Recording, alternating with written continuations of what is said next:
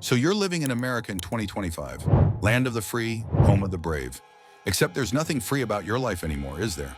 You pay monthly for your education, monthly for your home, monthly for your car, monthly for your health care, monthly for retirement that seems further away every year.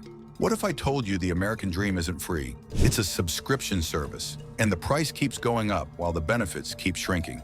Freedom has never been free, but somewhere along the way, we stopped buying it outright and started leasing it with interest. See, every functioning economy needs two things: production and consumption. People making stuff and people buying stuff. The problem is the same people need to do both. So how do you get someone to both work more hours and spend more money? Simple.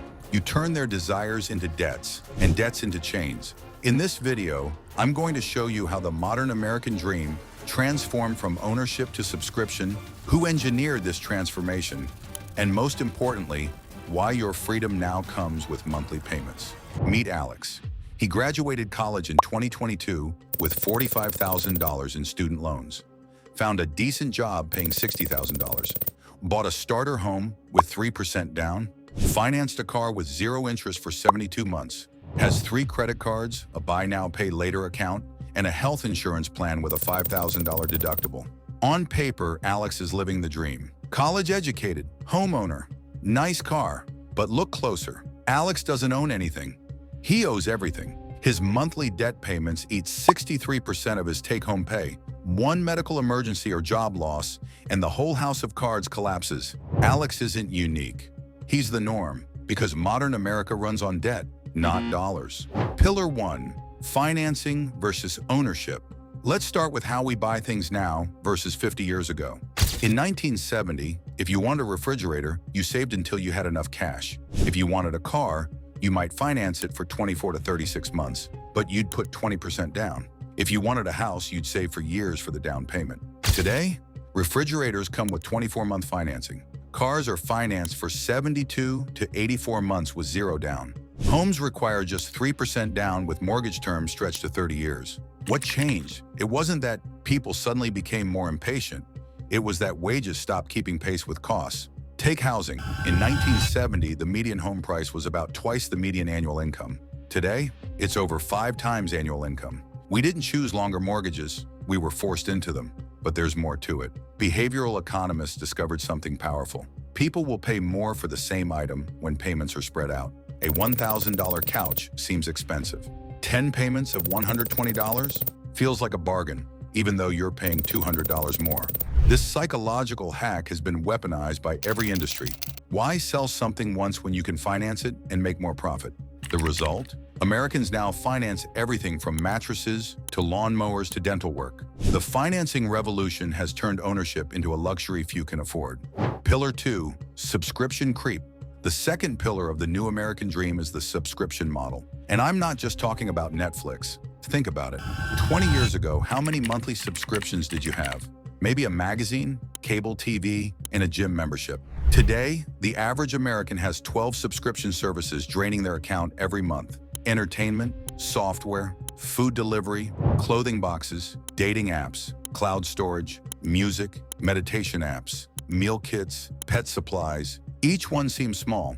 $9.99 here, $14.99 there. But together, they create a constant drain that adds up to thousands annually.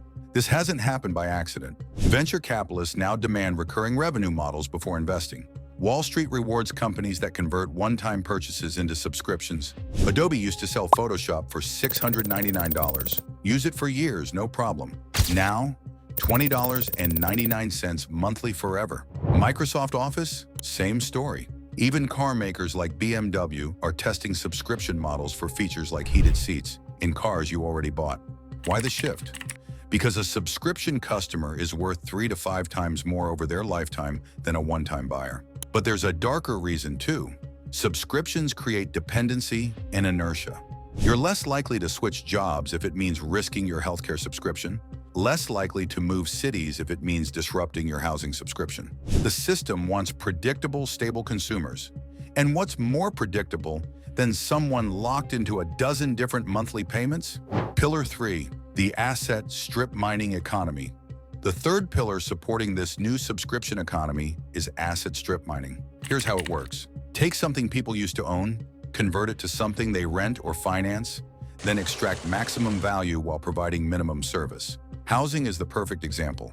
Since 2008, private equity firms and institutional investors have purchased millions of single-family homes. BlackRock, Invitation Homes, American Homes, For Rent. Names most Americans have never heard of now control vast swaths of housing stock. In some markets, these institutional investors buy 1 in 4 homes sold. They outbid individual buyers with all-cash offers, then convert these would-be family homes into permanent rental properties. The same thing is happening in the auto industry. Car prices have soared while financing terms stretch longer. The average new car loan is now 70 months. Meanwhile, leasing, where you permanently rent, has exploded in popularity. Even things like textbooks, which students used to buy and resell, have been converted to access codes that expire after 1 semester. The pattern is clear. Convert ownership to rental, extract maximum profit, provide minimum value.